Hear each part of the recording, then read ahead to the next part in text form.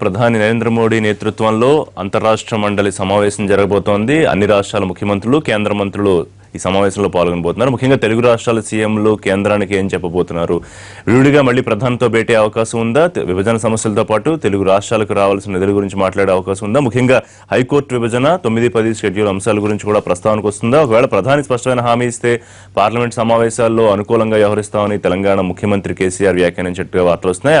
అలాగే ఇటు తెలుగుదేశం పార్టీ అధ్యక్షుడు చంద్రబాబు నాయుడు నిన్న పార్లమెంటరీ పార్టీ నేతలతో సమావేశం అయ్యారు. విభజన సమస్యలకు సంబంధించి హైకోర్టు విభజన ఒకటే కాదు, మిగతా అంశాలతో పాటే అది కూడా ఒక సమస్యగా పార్లమెంట్లో తమ వ్యూహం అనుసరించాలని, ఇక తెలంగాణ సీఎం కేసీఆర్ పార్లమెంట్ నేతలతో రేపు మధ్యాహ్నం సమావేశం కాబోతున్నారు. మరి ఎటువంటి వ్యూహం అనుసరిస్తారు, ఈ అంశాలకు సంబంధించి లైవ్ షోలో మాట్లాడదాం. మనతో పాటు గండ్ర వెంకటరమణారెడ్డి గారు, తెలంగాణ కాంగ్రెస్ సీనియర్ నాయకులు, మాజీ ఎమ్మెల్యే వారు జాయిన్ అవుతున్నారు. ఇక ముడపూడి రేణుక్ గారు, ఏపీ టీడీపీ అధికార ప్రతినిధి, పాతూరు సుధాకర్ రెడ్డి గారు, ఎమ్మెల్సీ టీఆర్ఎస్ సీనియర్ నాయకులు, విష్ణువర్ధన్ రెడ్డి గారు, ఏపీ బీజేపీ ముఖ్య నేత.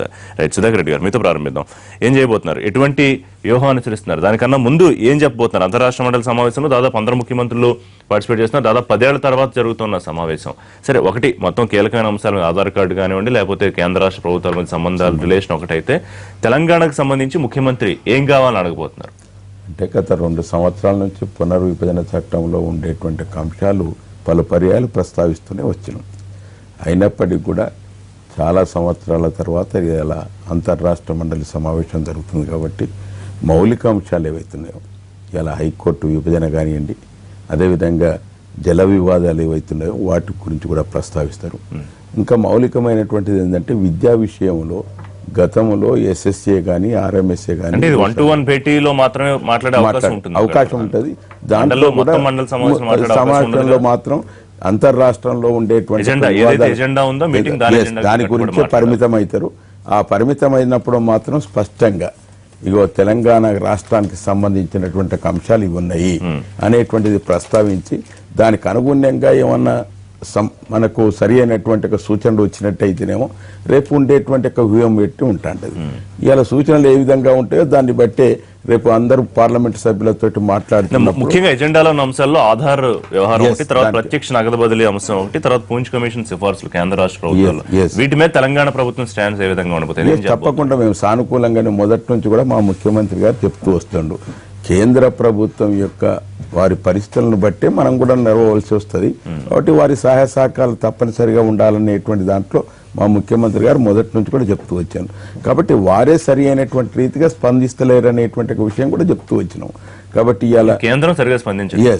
కొన్ని విషయాలలో తెలంగాణ విషయంలో మాకు రావాల్సినటువంటి నిధులు ఏవైతున్నాయో ఆ నిధులను సరిగ్గా విడుదల చేయకపోవటం వల్ల ఇబ్బందులు వస్తున్నటువంటి మాట ఇదివరకే ప్రస్తావన. కేంద్ర వ్యవసాయ శాఖ మంత్రి ఇచ్చిన నిధులనే వ్యవసాయ శాఖ సరిగ్గా ఉపయోగించట్లేదని చెప్పిన మాట. ఆయన వ్యవసాయ శాఖ నిధుల గురించి ప్రస్తావించలే. ఏదైతే ఇన్సూరెన్స్ పథకం పెట్టినరో ఆ ఇన్సూరెన్స్ పథకాన్ని అమలు పరిచేటువంటి బాధ్యత రాష్ట్రాలు. మెరుగుపడాలనేటువంటి దాన్ని మేమైతే స్వచ్ఛందంగా కేంద్ర ప్రభుత్వం ఇస్తున్నటువంటి ఆదేశాలను తూచా తప్పకుండా కింది స్థాయిలో తీసుకొచ్చాను.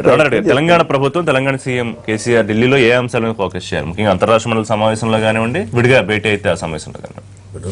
కొత్తగా రాష్ట్రాలు విడిపోయినాయి, తెలంగాణ రాష్ట్రం ఏర్పడ్డది, ఆంధ్ర విడిపోయి. ఈ సందర్భం ప్రధానమైనటువంటి సమస్య నీటి సమస్య. అది ఆ సమస్యను సామరస్యపూర్వకంగా పరిష్కరించుకోవాల్సిన అవసరం ఉంది. అదేవిధంగా ఇరిగేషన్ ప్రాజెక్ట్స్కి రావాల్సిన డబ్బుల విషయం, దాంతోపాటుగా సరే మీరు చెప్పినటువంటి ఆధారు, నగదు బదిలీ పథకం, ఇంకా మిగతా విషయాలు ఏమున్నా కానీ అంటే ఆ టైం తక్కువ ఉంటుంది. అది ఒక 1 డే సెషన్ అయినా కానీ 29 రాష్ట్రాలు పరిమితం అవుతుంది.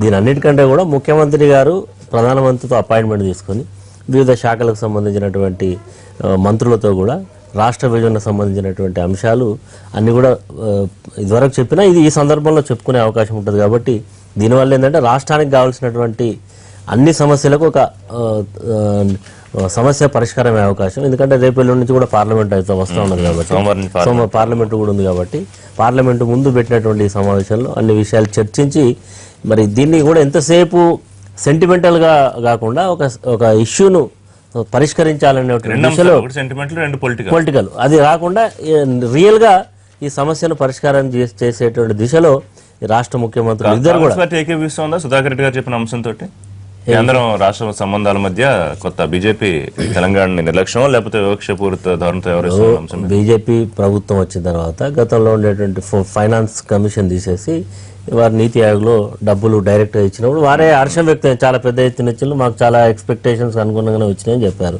తర్వాత మిగతా విషయాలు అంటే కొన్ని విషయాలలో నేను వ్యవసాయ శాఖ మంత్రి గారు మాట్లాడిందంటే ఫోకస్ అంటే ప్రభుత్వం ఎంతసేపు అంటే నేను చెప్పడానికి మళ్ళీ వారేమన్నాడు ఈరోజు మంత్రులు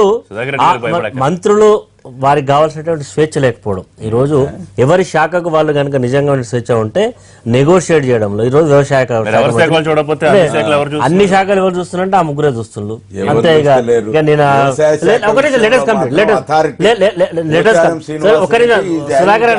సుధాకర్ అన్న ఒక్క నిమిషం.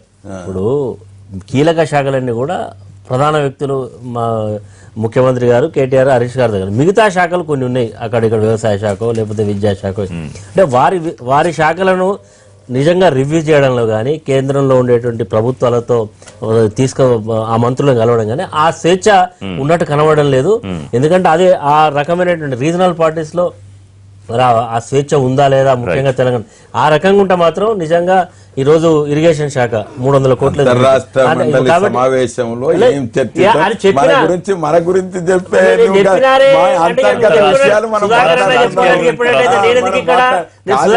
చెప్పేది ఏంది అంతర్రాష్ట్ర విజయంలో రాష్ట్ర ప్రయోజనాలకు అనుగుణంగా అవసరాలు తీరుస్తాము అంటే రాజకీయాలు రాజకీయం వచ్చినప్పుడు రాజకీయ కోణంలో చెప్పాను, ఇరిగేషన్ చెప్పాను, నీళ్ళ సమస్య చెప్పాను, నిధుల ఆధార్ విషయం చెప్పాను, నగదు బదిలీ ఇవన్నీ కాదు. ఈ రోజు చాలా రోజులు జరిగిన సమావేశంలో ఈ రాష్ట్ర ప్రయోజనాలను దృష్టిలో పెట్టుకొని ముఖ్యమంత్రి గారు వివరించాలి, కేంద్ర ప్రభుత్వం ఆ రకంగానే స్పందించాల్సిన అవసరం. ఏపీ సీఎం ఏ అంశాలు కేంద్రం దృష్టికి తీసుకెళ్లబోతున్నారు అంటే విడిగా భేటీ అయితే ఏ అంశాలు మాట్లాడబోతున్నారు, అంతర్రాష్ట్ర మండలి సమావేశంలో ఏ అంశాలు హైలైట్ చేయాలి? అంటే ముందుగా ఈ అంతర్రాష్ట్ర మండలి అనేటువంటిది ఒక రాష్ట్రానికి సంబంధించినటువంటి అంశాల మీద కాకుండా కేంద్రానికి రాష్ట్రానికి ఉన్నటువంటి విషయాల పట్ల గానీ, అలాగే రెండు రాష్ట్రాల పట్ల ఇరుగు పొరుగు రాష్ట్రాల పట్ల గానీ ఇతరత్ర ఏదైనా వ్యవహారాలు వివాదాలు సందర్భంలో వాటికి సంబంధించినవి కానీ, అలాగే మనకు అంతర్గత భద్రత గానీ ఆర్థిక పరమైనటువంటి విషయాలు గానీ ప్రణాళికలు గానీ ఈ దేశం ఒక కామన్ పాలసీని మనం ఇవాల్వ్ చేయాలన్నప్పుడు ఈ దేశంలో ఉన్నటువంటి అన్ని రాష్ట్రాల యొక్క ఒపీనియన్స్ కూడా తీసుకోవాలి. కాబట్టి 2005లో యూపీఏ గవర్నమెంట్ అప్పుడు ఒక కమిషన్ వేసింది, రిటైర్డ్ జస్టిస్ పూంచ్ అని ఇంకొక 4 సభ్యులతో ఒక కమిషన్ వేస్తే ఆ కమిషన్ మొత్తం అంతా స్టడీ చేసిన తర్వాత 2010లో ఒక రిపోర్ట్ ఇచ్చారు. అందులో కొన్ని 273 అంశాల పట్ల వాళ్ళు కొన్ని రికమెండేషన్స్ ఇవ్వటం జరిగింది. అయితే ఆ తర్వాత 2014 వరకు కూడా మరి యూపీఏ గవర్నమెంట్ ఎప్పుడు ఈ సమావేశం ఏర్పాటు చేయలేదు. దాని మూలంగా వాళ్ళు ఇచ్చినటువంటి ఆ రికమెండేషన్స్ పట్ల చర్చ గానీ దానికి ఆమోదించడం గానీ రిజెక్ట్ చేయడం గానీ సవరణ ఏమీ జరగనటువంటి పరిస్థితి. కాబట్టి ఆ తర్వాత 2014లో మన ఎన్డీఏ గవర్నమెంట్ వచ్చిన తర్వాత యాక్చువల్ గా జోనల్ గా ప్రతి జోన్ లోనూ ఒక 4-5 రాష్ట్రాలతో ఒక జోన్ కూడా ఏర్పాటు చేశారు. మళ్ళీ వాటి పట్ల రాజ్నాథ్ సింగ్ గారు కూడా విజయవాడలో కూడా సమావేశం ఏర్పాటు చేశారు.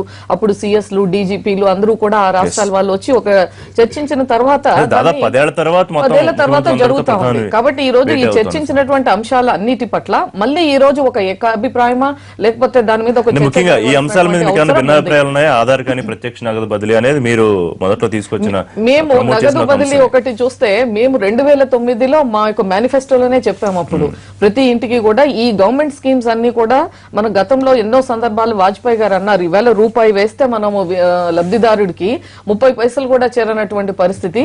ఈ పిల్ఫరేజెస్ ఇవన్నీ తగ్గి ట్రాన్స్పరెంట్ గా మనం కరప్షన్ లేకుండా ప్రతి లబ్ధిదారు అంటే అర్హత ఉన్నటువంటి ప్రతి ఒక్కరికి కూడా ఈ ప్రభుత్వం యొక్క ఫలితాలు వెళ్ళాలి అంటే ఆధార్ అనేటువంటిది గానీ నగదు బదిలీ మంచిది అనేటువంటి పథకం. కేంద్ర రాష్ట్ర సంబంధాల మధ్య తెలుగుదేశం పార్టీ హ్యాపీ అయినా ఏపీ ప్రభుత్వం హ్యాపీగా ఉందా? అంటే మేము హ్యాపీయా అంటే మేము we are also part of the NDA government. Definitely అంటే ఇష్యూ బేస్డ్ అలా అంటే ప్రతి ఒక్క ఇంట్లోనే 4 పిల్లలు ఒక కుటుంబం ఉన్నప్పుడు కొన్ని విషయాల పట్ల ఏకాభిప్రాయం ఉండకపోవచ్చు, కానీ చర్చల ద్వారా తప్పకుండా చేసుకునేటువంటి ఒక వాతావరణం ఉంటుంది. అలాగే ఇప్పుడు మాకు ఆంధ్రప్రదేశ్ కి సంబంధించినంత వరకు ఇప్పుడు రేపు మండే నుంచి పార్లమెంటు సమావేశాలు కూడా ఉన్నాయి. కాబట్టి నిన్న పూర్తి స్థాయిలో విభజన జరిగిన తర్వాత అందరికీ తెలిసినటువంటిదే ఆంధ్రప్రదేశ్ కి జరిగినటువంటి అన్యాయం. ముఖ్యంగా మాకు ఇంటర్ స్టేట్ ఇష్యూస్ వచ్చేప్పటికి చాలా ఉన్నాయి. మాట్లాడదాం, రెండు రాష్ట్రాల సమస్యల గురించి మాట్లాడదాం. రైట్, విష్ణు గారు మొత్తం మీద సిద్ధంగా ఉందా? కొన్ని పత్రికల్లో దండయాత్ర అనే హెడ్డింగ్ కూడా పెట్టారు. కేంద్రంపై అన్ని రాష్ట్రాల ముఖ్యమంత్రులు దండయాత్ర సిద్ధం అవుతున్నారా? సరే, మీరు ఒక ఎజెండా ఫిక్స్ చేసి దానికి సంబంధించి లోబడి మాత్రమే మాట్లాడే అవకాశం ఉంటుందా? అందరి సమస్యల్ని ఓపికగా వినే అవకాశం కూడా ఉందా? ఇది ఒకటి, నరేంద్ర మోడీ గారు ప్రధానమంత్రి అయిన తర్వాత మొట్టమొదటి సమావేశమే అన్ని రాష్ట్రాలకు సంబంధించిన ముఖ్యమంత్రులతో బహిరంగంగా ఒక వేదిక మీద కూర్చొని ఆయన leadership of prime minister first meeting జరుగుతుంది. దీంట్లో ఆల్రెడీ ఓపెన్ అజెండా, ఇది ఆల్రెడీ అన్ని రాష్ట్రాల ముఖ్యమంత్రులు కూడా అజెండా కూడా పంపించింది. దీంట్లో మేజర్గా ఏంటంటే ఇంటర్నల్ సెక్యూరిటీ, అంతర్గత భద్రత, రెండోది ఆర్థికపరమైనటువంటి అంశాలు. ఇప్పుడు దాకా మీరు చెప్పిన నాగ బదిలీ కావచ్చు, లేకపోతే రాయితీలకు సంబంధించి కాదు, ప్రైమరీ ఎడ్యుకేషన్ అంటే అందరికీ విద్య అందించాలనేటువంటిది ఏదైతే ఉందో దానికి అంతకుముందు కాంగ్రెస్ గవర్నమెంట్ కూడా సర్వశిక్ష అభియాన్ అనే ఒక పథకాన్ని తీసుకొచ్చింది. అది కొంత మంచి రిఫార్మ్స్ రావడం కూడా జరిగింది.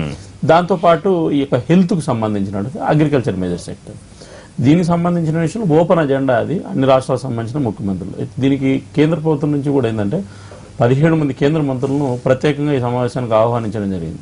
మేజర్గా ఇప్పుడు దాకా రేణుకా గారు చెప్పినట్లు ఈ యొక్క పూంచ్ కమిషన్ ఏదైతే ఉందో ఇది ఒక రాష్ట్రానికి కేంద్రానికి మధ్య ఉండాల్సిన సంబంధాల మీద UPA 1 ఆలోచిస్తే UPA 2లో ఈ కమిషన్ UPA 1 వేసింది. UPA 2 సమయంలో అది 2010-2011 మధ్య కాలంలో కేంద్ర ప్రభుత్వానికి నివేదిక ఇచ్చింది. ఆ నివేదిక మీద అనేక రకాలైనటువంటి భిన్నాభిప్రాయాలు వచ్చాయి. అది ఒక మంచి కమిషన్ గానే మనం దాన్ని అభినందించవచ్చు. అయితే ఈ సందర్భంలో ఏంటంటే న్యాచురల్ గా ప్రధానమంత్రికి రాష్ట్రాల ముఖ్యమంత్రుల మధ్య జరిగేటువంటి సమావేశంలో ఇంకా వ్యక్తిగతంగా రాష్ట్రాలకు సంబంధించినటువంటి అజెండా అనేటువంటిది ఇక్కడ ఏమి ఉండదు, ఒకటి. రెండోది, ఇదే సందర్భంలో రాష్ట్రాలకు సంబంధించినటువంటి కమిషన్ల మీద సూచనలు కానీ లేకపోతే ఇంకోటి కానీ దానికంటే కూడా ఎక్కువ ముఖ్యమంత్రులు ఏం చేస్తారంటే ఆ రాష్ట్రాల్లో సక్సెస్ అయినటువంటి పథకాలు ఏవైతే ఉన్నాయో, ఈరోజు ఆంధ్రప్రదేశ్కి వచ్చినారనుకోండి, ఈరోజు ట్రాన్స్పరెన్సీకి సంబంధించిన ఐటీకి సంబంధించి నేను అవార్డు ఇచ్చారు ఆంధ్రప్రదేశ్ ప్రభుత్వానికి సంబంధించి. పల్లె రఘునాథ్ రెడ్డి ఐటీ మినిస్టర్ నిన్న రాత్రి విజ్ఞాన భవన్లో తీసుకోవడం జరిగింది. తెలంగాణ ప్రభుత్వానికి వచ్చారు, ఇక్కడ మిషన్ భగీరథ సక్సెస్ అయింది. దీన్ని చాలా రాష్ట్రాలు కూడా దీన్ని అధ్యయనం చేస్తారు, దాని అమలుకి ఆలోచన చేసే అవకాశం. అట్లా ఒక్కొక్క రాష్ట్రం వాళ్ళ ఒక్కొక్క స్పెషలైజేషన్ విషయంలో కొంత సక్సెస్ అయినటువంటి రాష్ట్రాలు అయితే వీటితో పాటు ఈ ముఖ్యమంత్రులకు సంబంధించి గతంలో కూడా 5 విభాగాలుగా ఏర్పాటు చేసి నీతి ఆయోగ్ వచ్చిన తర్వాత అన్ని రాష్ట్రాలకు సంబంధించిన ముఖ్యమంత్రులు కూడా తమ రాష్ట్రాలకి ఏమి కావాలా, కేంద్రం ఎట్లా సహకారం ఇవ్వాలనేటువంటిది కూడా నివేదికలు ఇవ్వడం జరిగింది. ఇప్పుడు జరుగుతున్నటువంటి సందర్భంలో ముఖ్యమంత్రులు సంతృప్తి అసంతృప్తి అనేటువంటి విషయాన్ని పక్కన పెడితే ప్రధానమంత్రి మొట్టమొదట ప్రధానమంత్రి అయినప్పటి నుంచి ఈ రోజు వరకు చెప్తున్నది ఏంటంటే 2 విషయాలు చాలా క్లారిటీగా చెప్పడం జరిగింది. నేను ప్రధానమంత్రి అయిన తర్వాత ఆయన మొట్టమొదటి బహిరంగ ఏది మన ఆగస్టు 15 జాతిని ఉద్దేశించి మాట్లాడే సందర్భంలో నేను ఒక్కరినో లేకపోతే భారతీయ జనతా పార్టీ ఒక్కటే ఈ దేశానంతా మేము అభివృద్ధి చేసేదానికి వచ్చేసినాం అనటం లేదు. ఈ దేశంలో అనేక ప్రభుత్వాలు ఈ దేశంలో అధికారం సందర్భంలో కూడా అభివృద్ధి చేసాయి. అనుకున్నంత వేగవంతమైనటువంటి అభివృద్ధి జరగలేదు, దాన్ని మనం ముందుకు తీసుకోవాల్సినటువంటి బాధ్యత ఉంది. రెండోది, ఇంకొక అంశం ఇక్కడ కీలకమైన అంశం, రాష్ట్రాలకు సంబంధించిన ముఖ్యమంత్రులు కానీ రాష్ట్ర ప్రభుత్వాలు కానీ ఆలోచించాల్సింది ఏంటంటే కేంద్రం అనేటువంటిది ఒకటే అభివృద్ధి చెందితే ఏం జరిగేటువంటిది లేదు, ఒరిగేటువంటిది కూడా ఏం లేదు. రాష్ట్రాలు అభివృద్ధి చెందితేనే సమైక్య స్ఫూర్తిని గౌరవిస్తూ మనం ఈ దేశం అభివృద్ధి చెందుతుంది. కాబట్టి ఈ రాష్ట్ర ప్రభుత్వాలు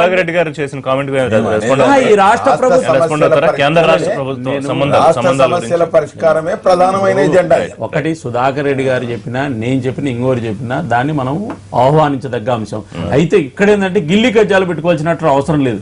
ఈ రోజు ఉన్నటువంటి ప్రైమ్ మినిస్టర్ ముఖ్యమంత్రిగా పనిచేసినటువంటి వ్యక్తి, ఒక ముఖ్యమంత్రిగా ఒక రాష్ట్రంలో కేంద్ర ప్రభుత్వంతో ఎన్ని ఇబ్బందులు ఉంటాయో అనుభవించినటువంటి గుజరాత్ ముఖ్యమంత్రి.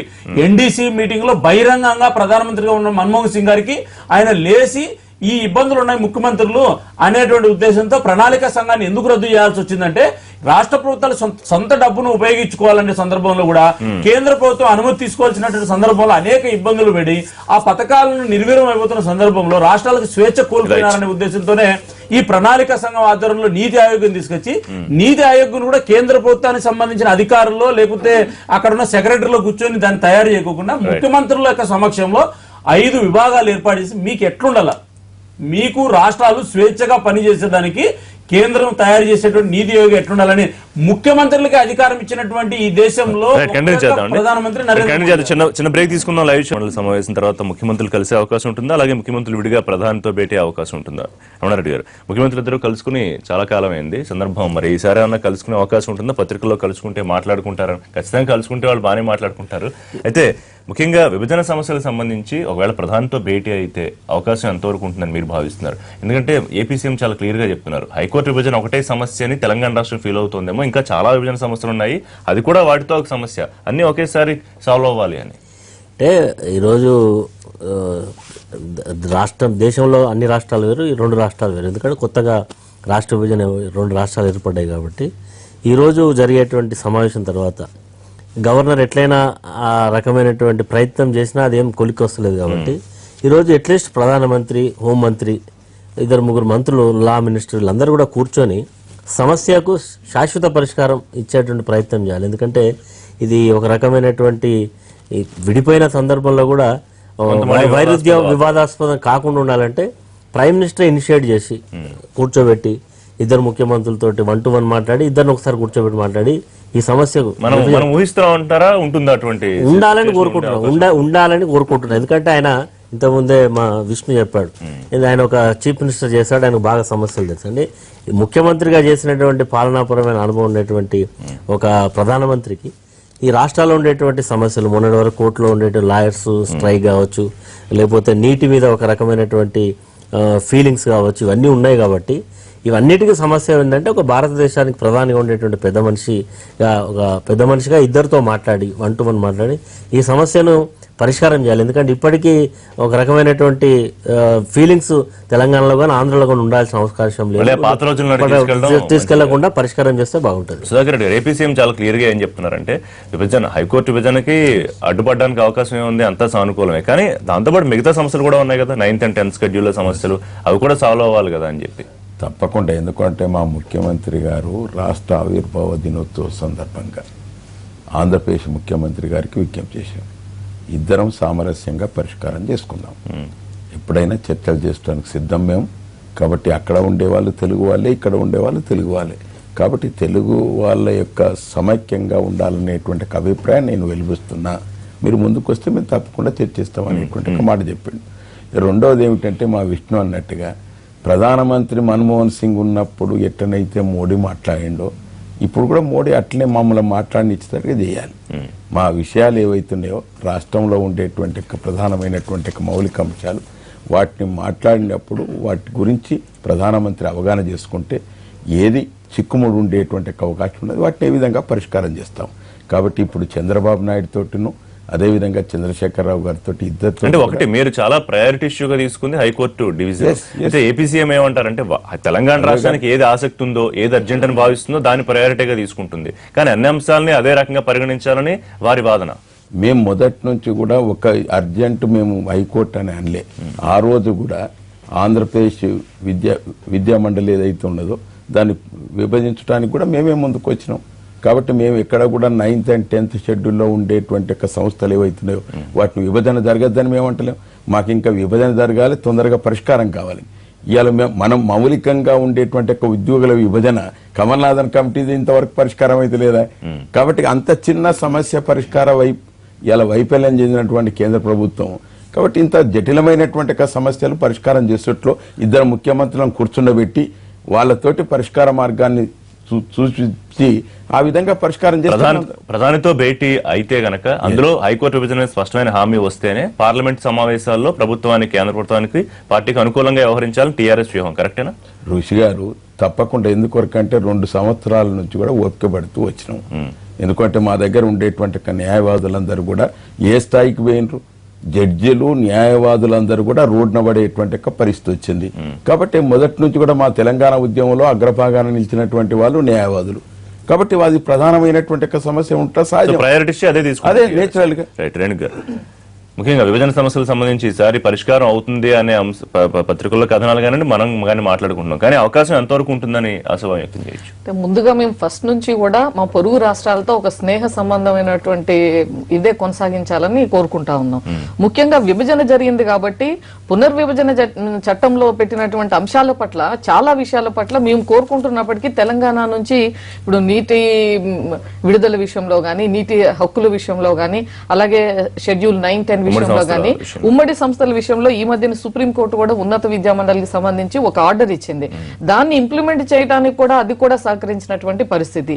ఇట్లా అనేక అంశాల పట్ల మాకు తెలంగాణకు ఉన్నటువంటి ఇష్యూస్ ని ఏదైతే ఈవేళ మీటింగ్ జరుగుతుంది కాబట్టి తప్పకుండా ప్రధానమంత్రి గారు ఒక చొరవ చూపి వేరే ఒక సమావేశం అవసరమైతే ఒక 1 hour ఈ మీటింగ్ తర్వాత అయినా సరే పెట్టి ఇవన్నిటిని కూడా రిజాల్వ్ చేస్తే బాగుంటది అనేటువంటి ఈ పార్లమెంట్ సమావేశాల్లో 2 రాష్ట్రాల తెలుగు ఎంపీలు వాగ్యుద్ధం ఖచ్చితంగా కనిపిస్తుందేమో అనిపిస్తుంది.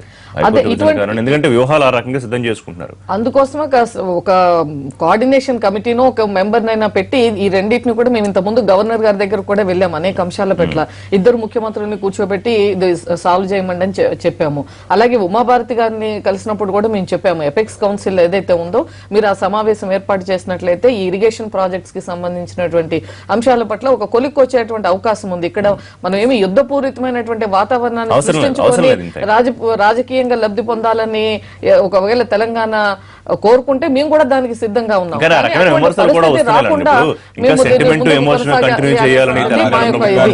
రెండవది అటువంటి వివాదానికి పోదలుచుకోలేదు. మేము మొదటి నుంచి చెప్తే మా ప్రధాన అంశాలు గివి అని ప్రధానమంత్రి గారికి చెప్పినాం. వాటిని ఈ రోజు సమావేశంలో చర్చించి ఒక కొలిక్కి తీసుకొస్తుంటే చాలా సంతోషిస్తాం. అందుకొరకే మేము ఇవ్వాల పెట్టకుండా రేపు పెట్టినాం మా పార్లమెంట్. 2 అంశాలు విషయం. ఒకటి, 2 తెలుగు రాష్ట్రాల సీఎంలు ప్రధానితో భేటీ అయితే రాష్ట్రానికి కావాల్సిన నిధులు కానివ్వండి లేకపోతే ఆంధ్రకు ప్రత్యేకంగా కావాల్సిన అడగడం ఒక ఎత్తు అయితే 2 రాష్ట్రాల మధ్య ఉన్న సమస్యలకు సంబంధించి ఒక హామీ వచ్చే అవకాశం ఏమన్నా ఉంటుందా? అడ్రస్ చేసే అవకాశం ఏమన్నా ఉందా కేంద్రం? ఒకటి, రాష్ట్రాల మధ్య సమస్యలను మనం ఒక ప్రాథమిక సూత్రాన్ని ఇక్కడ గుర్తించాలి. ఏంటంటే చెన్నై నుంచి మనం విడిపోయిన సందర్భంలో కర్ణాటక, ఆంధ్రప్రదేశ్, ఈరోజు విడిపోయినటువంటి తెలంగాణ, ఈ 3 రాష్ట్రాలు తీసుకుంటే ఈ రోజు కూడా బాబ్లీ ప్రాజెక్టు మనం విడిపోయి మహారాష్ట్ర మనకు సంబంధం లేదండి. అక్కడ ప్రాజెక్టు కడితే మనం కొట్లాడుకుంటున్నాం, కూర్చుంటున్నాము. అవసరం సందర్భంలో ఉమ్మడి రాష్ట్రం ఉన్నప్పుడు ప్రాజెక్టు వాళ్ళు ఎత్తు పెంచినారని చెప్పి కొట్లాడితే విడిపోయినటువంటి రాష్ట్రం తెలంగాణ ప్రభుత్వం మాత్రం మీకు ఎందుకు ఆ పంచాయతీ, మేము అవసరమైతే మేము తగ్గించుకుంటాం, మాకు నీళ్లు కావాలి తెలంగాణకు, మా ప్రాజెక్టు మీరు అడ్డపడద్దండి నువ్వు అండర్స్టాండింగ్ చేసుకుని వీళ్ళు మహారాష్ట్రకు పోయారు, మహారాష్ట్ర నుంచి ఈటికి వచ్చారు. వీళ్ళు మాట్లాడక ముందు అంతకుముందు ఉన్నటువంటి కాంగ్రెస్ ప్రభుత్వం బాబ్లీకి సంబంధించిన విషయంలో మాట్లాడితే అప్పుడు ఇంకో కోణంలో మాట్లాడారు. నేను అంశాలు జోలిపోదా. ఏదైనా సరే తెలంగాణ ప్రభుత్వం ఒక సామరస్యపూరితమైనటువంటిది ప్రయత్నం చేసింది. ఇక్కడ ఉన్నటువంటి తెలంగాణ భారతీయ జనతా పార్టీ కూడా పోయింది, ముఖ్యమంత్రికి సహకరించండి మేము ప్రాజెక్టులు కట్టాలని చెప్పింది. 2, ఆంధ్రప్రదేశ్ తెలంగాణకు సంబంధించినటువంటి అనేక సమస్యలు, హైకోర్టు విభజన. ఇది హైకోర్టు విభజన అనేటువంటిది మనం రాజకీయ కోణంలో మాట్లాడితే కేంద్ర ప్రభుత్వం తిట్టొచ్చు, సదానంద కూడా మన దాకా ఉన్న మంత్రిని తిట్టొచ్చు, ఎవరైనా తిట్టచ్చు. హైకోర్టు విభజనకు సంబంధించి కేంద్ర ప్రభుత్వానికి కొత్తగా వచ్చేటువంటి అదనపు బరువు, బాధ్యతలు, డబ్బులు పెంచడం ఏం లేదు. ఇక్కడ సాంకేతిక పరంగా ఏంటంటే సుప్రీంకోర్టు యొక్క ప్రధాన న్యాయమూర్తి ఒప్పుకోవాలి, ఆంధ్రప్రదేశ్ లో ఉన్నటువంటి జడ్జిలందరూ కూర్చోవాలి, తెలంగాణకు సంబంధించిన జడ్జిలు ఇప్పుడు ఎవరైతే ఉన్నారో ఉమ్మడి రాష్ట్రంలో కూర్చోవాలి, పరిష్కారం చేసుకోవాలి. దీనికి సంబంధించినటువంటి కొన్ని చిన్న ఇబ్బందులు ఉన్నాయి. కాబట్టి కేంద్ర ప్రభుత్వం స్పష్టంగా చెప్పింది. ఇప్పుడు కాదు, ఎమ్మెల్సీ ఎన్నికల్లో ఆంధ్రప్రదేశ్కి వచ్చినటువంటి సదానంద గౌడ్ గారు మేము రెడీగా ఉన్నాం, మీకు ఏం సహకారం కావాలో చెప్పడం జరిగింది. 2వ అంశం, ఈ రోజు కూడా అండి కావేరీ జల వివాదము తమిళనాడుకు, కర్ణాటకకు మనం రోజు నిత్యం చూస్తున్నటువంటి అంశం సుప్రీంకోర్టులో కూడా ఉంది.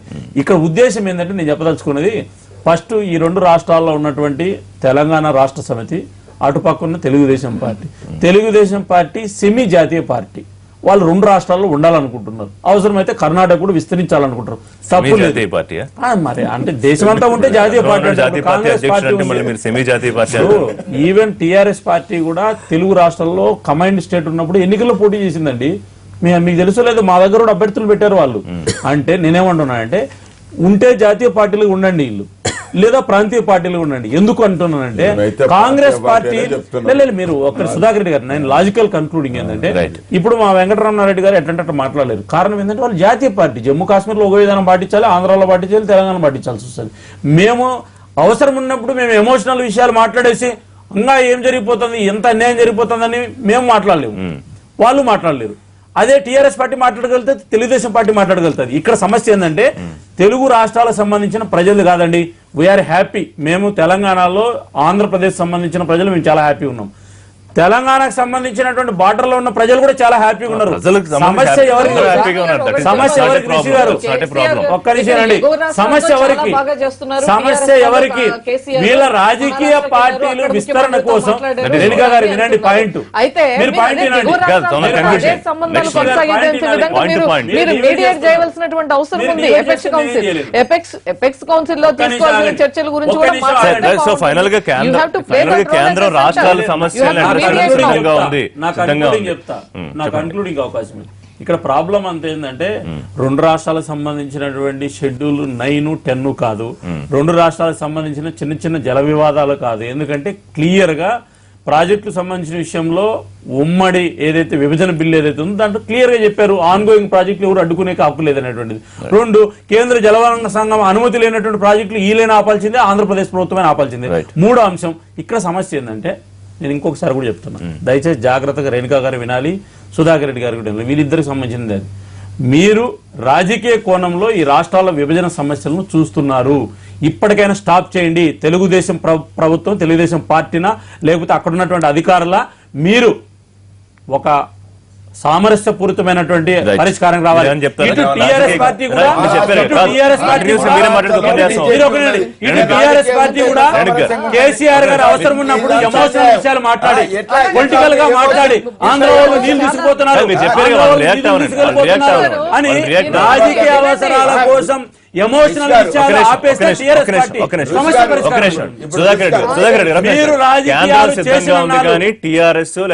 ఈ సమస్యలు ఉంటాయి. ఎమోషన్స్, సెంటిమెంట్స్, మీరు కేంద్రం పేరు వాడుకోవచ్చు అంతే. ఒకటి ఋషి గారు వారే చెప్పారు మహారాష్ట్ర తోటి సత్సంబంధాలు ఏర్పాటు చేసుకుని ఒప్పందం కుదుర్చుకోండి. మహారాష్ట్రలో ఎవరు గవర్నమెంట్? మన పార్టీ అక్కడ విస్తరణ లేదు.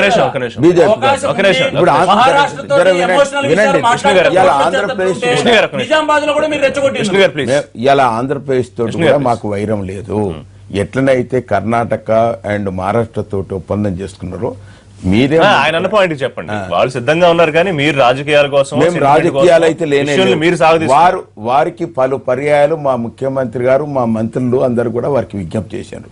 మేమిద్దరం కూడా సిద్ధంగా ఉన్నాము. ఇటు ఆంధ్రప్రదేశ్, ఇటు తెలంగాణ రాష్ట్రం.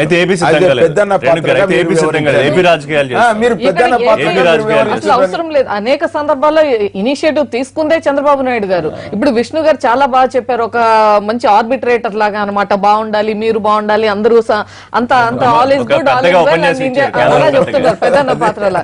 కానీ అందులో ఇనిషియేటివ్ తీసుకుని చేయవలసినటువంటి పాత్ర గురించి ఎక్కడ మాట్లాడలేదు. ఈవేళ గిల్లి కజ్జాలు మీరు ఇప్పుడు ఎలా ఉందంటే చంద్రబాబు నాయుడు ఎలా ఉందంటే ఏపీ పరిస్థితి బీజేపీ ఎలా చెప్తుందంటే మీరేం చేస్తున్నారో చెప్తారు మాకు. ఒకసారి వినండి, మీరు ఏ రాజకీయ పార్టీ అయినా డెఫినెట్ గా బలపడాలని ఆలోచన చేస్తుంది. రాజకీయాలు చేయడానికి సిద్ధంగా లేదు. టీడీపీ, టీఆర్ఎస్ కూడా రాజకీయాలు చేయొద్దు. ఏ రాజకీయ పార్టీలు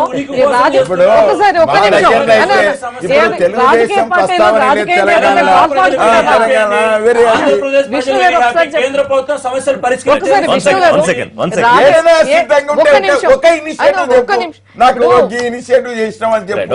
ఏ రాజకీయ పార్టీ అయినా డెఫినెట్ గా ప్రజలకు మంచి చేస్తూనే రాజకీయంగా లబ్ధి పొందాలి, బలపడాలని కోరుకుంటారు. లేకపోతే బీజేపీ అన్న కాపాడుకుంటానికి వచ్చి ఏమి ఇక్కడ ఆంధ్రప్రదేశ్ ఎవరు లేదు. అయితే ఈవేళ మీరు మాకేంటంటే సంఖ్యలు వేసి పరిగెట్టమంటున్నారు. ఎలా పరిగెడతామో కూడా బీజేపీ చెప్పాల్సినటువంటి అవసరం ఉంది, టీఆర్ఎస్ కూడా చెప్పాలి. జాతీయ పార్టీలుగా మీ స్టాండ్ ఏ రకంగా ఉంటే చెప్పారు కాబట్టి డెఫినెట్ గా అంటే ఇద్దరు ముఖ్యమంత్రులు మొదలే చెప్పాను. ఇద్దరు ముఖ్యమంత్రులు కూడా ఈ సమస్యను ఇద్దరు కూడా ఆంధ్రాలో చంద్రబాబు నాయుడు మన రైట్స్ గురించి బాగా పోరాడినట్టు కనబడాలి, ఇక్కడ కేసీఆర్ గారు కనబడాలి. ఈ సమస్యను ఎప్పుడు కూడా సాల్వ్ కాకుండా ఉంటే బాగుంటుందని ఇద్దరు మనసులలో ఉంటది. నిజంగా చిత్తశుద్ధి ఉంటే ఇది ఈ రోజు సమయం ఉన్నది అంతే. మరి అంతే కదా. అవును, మరి ఆగండి. ఇప్పుడు వారు యజ్ఞానికి పిలిస్తే వీరు వెళ్తారు, వారు రాష్ట్రంలో క్యాపిటల్ కడితే వీరు వెళ్తారు. కానీ అదే ప్రయత్నం మీద కూర్చొని మాట్లాడుకోవచ్చు కదా, మాట్లాడుకోరు. అది దాన్ని ఎక్స్ప్లాయిట్ చేస్తుంటారు. ఈయన చంద్రబాబు నాయుడు గారు అక్కడ మొత్తం ఏదో జస్ట్ ఆంధ్ర తెలంగాణతో వైరం పెట్టుకుంటున్నట్టుగా అక్కడ ఇంప్రెస్ ఇస్తారు. కేసీఆర్ గారేమో మన గురించి బాగా కొట్లాడుతున్నారు, తెలుగుదేశం పార్టీ ఏదో మాట్లాడారు, ప్రాజెక్టులు కడుతుంటే ఇక్కడ తెలుగుదేశం ఉండొచ్చా, పాతరేయాలే కాదు, ఇది మాట్లాడదు. నేను ఎప్పుడు చెప్తా ఉన్నా అంటే ఇప్పటికైనా ప్రధానమంత్రి గారు ఇద్దరు ముఖ్యమంత్రులు సార్ మా సమస్యను పరిష్కరించాలని మీరు ఒక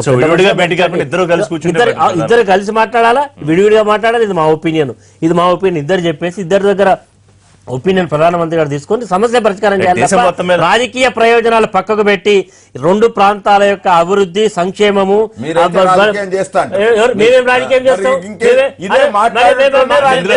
కాంగ్రెస్ ఏం చేయట్లేదు. ఈ రోజు జాతీయ పార్టీగా కాంగ్రెస్ రాజకీయం ఇప్పుడైతే ఇక్కడ తెలుగుదేశం మేము కొట్లాడుకున్నట్టుగా తెలంగాణలో అయితే లేదు. డూప్లికేట్ ఫైట్ జరవినండి ఇక్కడైతే ఎవరికి మేము గతంలో కూడా అటు ఆంధ్రప్రదేశ్ ముఖ్యమంత్రి గారు కేంద్రానికి విజ్ఞప్తి చేసిండు, ఇక్కడ మేము కూడా విజ్ఞప్తి చేసినాం. పెద్దన్న పాత్రగా కేంద్రం బాధ్యత వహించవలసినటువంటి అవసరం ఉన్నదా లేదా వెంకటరమణారెడ్డి చెప్పండి. ఇక్కడ ఎంతసేపు బీజేపీ ప్రభుత్వం మీద బీజేపీ ప్రభుత్వం అనకుండా వీరిద్దరిని వీళ్ళు ఎవరి సెంటిమెంట్ వాళ్ళకు ఉన్నదని మా ఇద్దరి మీదనే ఆరోపణలు చేయడం అనేటువంటి ఇదే రాజకీయం అని. ఇక్కడ ఏమర్థమైందంటే ఈ మొత్తం వ్యవహారంలో దేశం మొత్తం మీద వైరం ఉన్నా కాంగ్రెస్ బీజేపీలు ఈ వ్యవహారంలో ఒకటి, టీఆర్ఎస్ టీడీపీకి ఎన్ని సమస్యలు ఉన్నాయి ఈ విషయంలో ఒకటి, ఆ విషయం ఎస్టాబ్లిష్ అయింది. చూద్దాం ఇవాళ సమావేశం తర్వాత ఏం జరుగుతుందో చూద్దాం. ఇంకొక చిన్న ఇష్యూ డిస్కస్. నా రెండు రాష్ట్ర ప్రభుత్వాలకు నా విజ్ఞప్తి ఏంటంటే కేంద్రం సిద్ధంగా ఉంది, దయచేసి సుధాకర్ గారు ఇప్పుడు ఏంటంటే మీరు ఈ రెండు రాష్ట్రాలకు సంబంధించినటువంటి ముఖ్యమంత్రులు గల వీళ్ళకు ప్రత్యేక హెలికాప్టర్లు ఆయనకు యజ్ఞాన్ని పిలిచేదానికి యాగాలు పిలిచేదానికి విజయవాడకు పోతాడు. ఇప్పుడు మీరు పంపిస్తారు ఆయన ఒక్క ప్రత్యేక హెలికాప్టర్ ఈయన యాగాలకు వస్తాడు. బాగుంది, రావాలి. నేను స్వాగతిస్తున్నాను. ఎందుకు స్వాగతిస్తున్నానంటే మనం తెలుగు రాష్ట్రాలు బాగుండాలని ఆకాంక్షించేటువంటి వాళ్ళగా ఇప్పుడున్న సమస్యలు కూడా కేంద్రం దగ్గర తీసుకెళ్లి ఇప్పుడు ఏదో సమావేశం జరుగుతుంది కాబట్టి మీడియాలో హైప్ కోసమో లేకపోతే మేము ఏదో ప్రయత్నం చేసినామని కాకోకుండా మీరు ఒక రోజు ప్రధానమంత్రితో మాట్లాడి మీ శాఖాధిపతులు ఎవరైతే ఉన్నారో ఏ అంశాల మీద ఇబ్బందులు ఉన్నాయో తీసుకుపోయాడు కూర్చొని పరిష్కారం చేయండి. ఎవరొద్దన్నారు, కేంద్రం రాద్దంటుందా, పరిష్కారం రాజకీయ కోణాన్ని వదిలేయండి. ఇంకొక పాయింట్ చెప్పండి, టీఆర్ఎస్ కు అనుబంధ సంఘంగా బీజేపీ ఉందని నిన్న రేవంత్ రెడ్డి కామెంట్ చేశారు. ఇప్పుడు ఎందుకంటే ఆయన సెక్రటరీకి రావట్లేదు, ఫామ్ హౌస్ లో పడుకుంటే మీరు నెంబర్ 1 ఆయన ర్యాంక్ ఎలా ఇస్తారని చెప్పి ఆయన కామెంట్ చేశారు. సపోర్ట్ చేయట్లేదు, జస్ట్ కోట్ చేస్తాను. నేను ఏమంటున్నా అంటే రిషి గారు రేవంత్ రెడ్డి గారిని ఒక లిస్టు తయారు చేయమని ఆయన ర్యాంకింగ్ ఇవ్వమంటే ఇస్తారు. ఎందుకంటే ప్రధానమంత్రి ఆయనకు ఉన్నటువంటి బేస్ ఆధారంగా ఆయన ఇవ్వడం జరిగింది. కొన్ని నేను మీకు చిన్న ఎగ్జాంపుల్ చెప్పిన ఐటీలో హైదరాబాద్ కేంద్రంగా ఉన్నటువంటి పెద్ద ఐటీ, దీనికి ఉన్న ఐటీ మినిస్టర్ కూడా మనం అభినందించాలి. ఆయన ఆంధ్రప్రదేశ్ కు ఐటీ విభాగంలో ఈ రోజు జాతీయ అవార్డు వచ్చింది. మరి ఆ తెలంగాణ ప్రభుత్వానికి రాలేదు. కొన్ని అంశాలు తెలంగాణ ప్రభుత్వానికి ఇస్తారు, కొన్ని అంశాల్లో ఆంధ్రప్రదేశ్ ప్రభుత్వానికి ఇస్తారు. దీని ఆధారంగా చేసుకుని రేవంత్ రెడ్డి గారు కామెంట్ చేయడం. కాంగ్రెస్ కూడా అన్నారు, కాంగ్రెస్ బీజేపీ రెండు అనుబంధ సంఘాలు, అసలు అవసరం లేదు తెలంగాణలో రెండు పార్టీలు అన్నారు ఆయన. ఒక్కటే రేవంత్ రెడ్డి గారు అర్థం చేసుకోవాల్సింది ఏంటంటే ఇంకొక రాజకీయ పార్టీని కామెంట్ చేసే బదులు తెలుగుదేశం పార్టీని తెలంగాణలో ఈ రోజు ఏ స్థాయిలో ఉంది, అది అవసరమా కదా లేకపోతే వాళ్ళ పార్టీని విస్తరణ చేసుకునేది గురించి ఆలోచిస్తే బాగుంటుంది. బీజేపీ తెలంగాణలో బలపడుతుంది కాబట్టి, బీజేపీ తెలంగాణలో తెలుగుదేశం స్పేస్ లోకి బీజేపీ వెళుతుంది కాబట్టి ఈ సందర్భంలో కొంత అసహనంతో వ్యాఖ్యలు చేసి ఇప్పుడు రేవంత్ రెడ్డి గారు ఆయనే ఛాంపియన్ కావాలి, ప్రభుత్వం వ్యతిరేకంగా నేనే కొట్లాడుతున్నా అనేటువంటి ఇంప్రెషన్ ఇవ్వడానికి ప్రయత్నం చేస్తుంది. కానీ అల్టిమేట్ గా ఏ రాజకీయ పార్టీకైనా కాంగ్రెస్ పార్టీ స్టాండ్ ప్రకారం ప్రభుత్వం చేసేటువంటి విధానాలకు వ్యతిరేకంగా స్టాండ్ తీసుకుంటుంది, ఆ రకంగా ప్రయత్నం చేస్తారు. రేవంత్ రెడ్డి లాగా లేకపోతే అందరి నుంచి వచ్చిన కాంగ్రెస్ నాయకుడేమో విమర్శిస్తాడు, రాష్ట్రంలోని కాంగ్రెస్ పెద్దలేమో భేష్ అంటారు. ఇప్పుడు ఏదైనా ఒక మంచి పని జరిగితే ఏదైనా సందర్భం వచ్చినప్పుడు బాగుందని చెప్పవచ్చు. బాగాలేని విషయాలను ప్రతిరోజు ప్రభుత్వం చేసేటువంటి ఫెయిల్యూర్స్ మేము డెఫినెట్ గా ఎక్స్పోజ్ చేస్తాము. ఆ వ్యతిరేకంగా ఉంటే ప్రజా కూడగడతాం. ఇవన్నీ చేసేటువంటి మల్లన్న సాగర్ విషయంలో వాళ్ళు సంత జీవోలు ఇచ్చి డబ్బులు వృద్ధాలైన ప్రయత్నం చేస్తా ఉంటే ప్రజల పక్షాన్ని మీ చీఫ్ ఒక లేఖ రాశారు డిపిఆర్ సంబంధించి బయట పెట్టాలని డిమాండ్. అవును, అవన్నీ కూడా ప్రాజెక్ట్స్ విషయంలో కానీ లేకపోతే అదేం జరిగే పని కాదు కదా, ఏదో లేఖ వరకు. ఎందుకంటే ఈ రోజు సమాచార హక్కు చట్టం వచ్చిన తర్వాత మర్యాద అడిగితే పంపించకపోతే ఆర్టీఎల్ యాక్ట్ లో అడిగి తీసుకుంటాము. వారి జిఎస్ గారు పంపిస్తారా లేదా వారి విజ్ఞత. చీఫ్ సెక్రటరీ గారికి డెఫినెట్ గా ప్రిన్సిపల్ సెక్రటరీ ఇరిగేషన్ గారు మాకు రిపోర్ట్స్ కావాలన్నప్పుడు ఇవ్వాలా, ఇవ్వకపోతే 100 రూపాయలు కడతాం ఇవ్వాల్సి వస్తుంది. ఇప్పుడు ఆ పద్ధతి టీఆర్ఎస్ అనుబంధ సంఘంగా ఉందా బీజేపీ కాంగ్రెస్ లో? అంటే గత కొద్ది రోజులుగా మనం చూస్తున్నాం అనేక సందర్భాల్లో కాంగ్రెస్ పార్టీ అంటే దేశంలోనే అనేక రాజకీయ పార్టీలకు టైలెండర్ పార్టీగా అయినటువంటి సందర్భాన్ని మనం గమనిస్తా ఉన్నాం కాంగ్రెస్ పార్టీని. సో అదే పరంపర కొనసాగిస్తూ ఇక్కడ తెలంగాణలో గతంలో చూసాం జానారెడ్డి గారు మున్సిపల్ కార్పొరేషన్ ఎలక్షన్ ముందు 5 రూపాయలకి భోజనం అద్భుతంగా ఉందని చెప్పారు. అయితే ఈ విధంగా అది ఏదైనా కాంగ్రెస్ పార్టీ అది తోక పార్టీగా అది జాతీయ పార్టీ టెక్నికల్ గా తోక పార్టీ అయినటువంటి సందర్భాన్ని మనం గమనించాలి. మొన్న బెంగాల్లో జరిగినప్పుడు కానీ ఇవన్నీ కూడా వారు కాంగ్రెస్ పార్టీ తోక పార్టీగా ఎక్కడ కూడా వివరించదు. కాంగ్రెస్ పార్టీకి కాంగ్రెస్ పార్టీ అట్లా కాదు. మీ చంద్రబాబు నాయుడు ఏదైనా మంచి పని చేస్తే బాగానే చేసిన అనడం కూడా ఒక రాజకీయ పార్టీ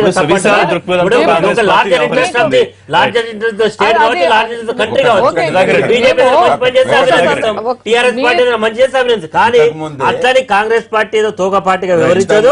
అదే విధంగా జానారెడ్డి గారు పెట్టినటువంటి అక్కడ టెక్నికల్ డిఫెక్ట్ ఏంటంటే ఆ స్కీమ్ ను కాంగ్రెస్ పార్టీ ఉన్నప్పుడే 5 రూపాయల భోజనాన్ని మేము ఇంట్రొడ్యూస్ చేసినట్టు స్కీము.